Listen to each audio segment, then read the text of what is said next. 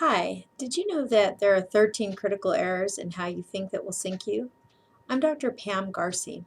I'm a success coach and I do success trainings for groups interested in becoming more successful. I have a background as a therapist and I've been in practice for almost 18 years. Today we're going to cover the critical error in thinking called catastrophizing. In catastrophizing, you decide that the worst possible outcome is going to happen and then you act accordingly. Why it's important for your success is when you catastrophize, you do two things. Number one, you ignore the more likely outcomes, so you don't plan for those. Number two, you scare yourself, and so you don't get into the mode of success. You get into the mode of fear or panic. And when you're in the mode of fear and panic, you don't take the bold actions that can get you results. Instead, you shut down. You'd like to have success at whatever this goal is, but instead you're inadvertently slowing yourself down, getting in your way, or even paralyzing yourself because you imagine this really bad series of unfortunate events happening. And you usually imagine that you're not going to be able to handle it at all. Now, this may be good news or it may be bad news, but here's what I've learned. My most successful clients, the clients such as CEOs, professional and Olympic athletes, actors, musicians, lawyers, doctors, stock traders, these people who are ultra abundant and successful know that they are the ones who are responsible for where they let their thoughts go.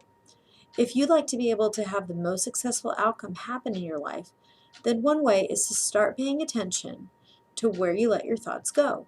What images are you holding in your mind? Are you catastrophizing? Or are you holding successful images in your mind? So, say you realize that you're catastrophizing. How can you stop? One way is to realize that you don't have any evidence that the worst thing's going to happen.